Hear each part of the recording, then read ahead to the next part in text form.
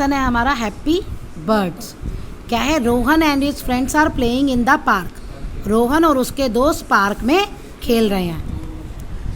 ठीक है, अब ये कहता है कि इस पिक्चर में बताओ 5 चीज़ों के नाम जो आपको दिख रही है। अब हम लेसन पढ़ते हैं, छोड़ो इसको। ओके, देखो ये रहा। Rohan and Anu wanted to have a pet.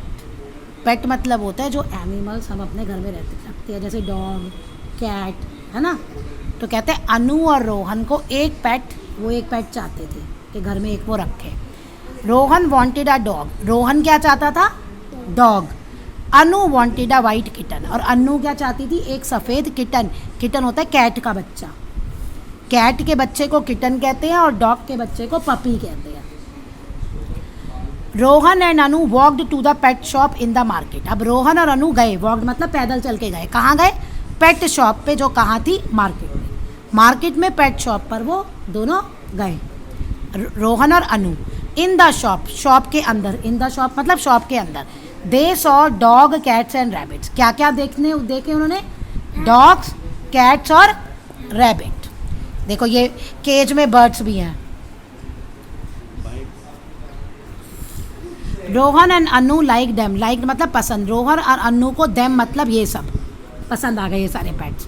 They also saw some cages. उन्होंने वहाँ पे सॉ मतलब देखी थी, पास में चल रहा है ना, ये काम हो गया मतलब कुछ केजेस देखे। सम मतलब कुछ, केजेस मतलब ये पिंजरे।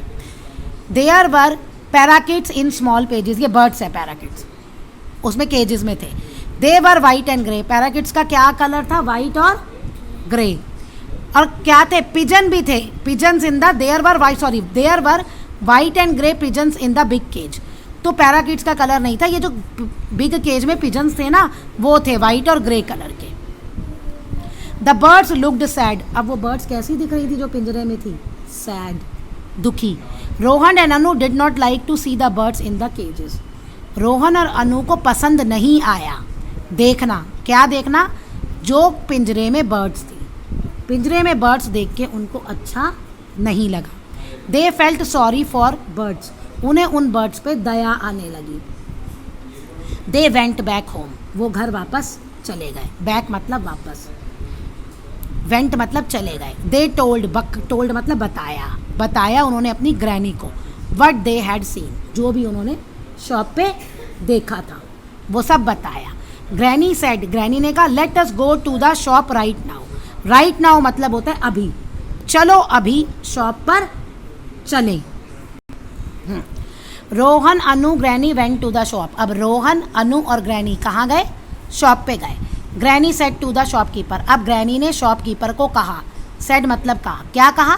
आई want to buy these birds. मुझे ये सारी बर्ड्स खरीदनी है।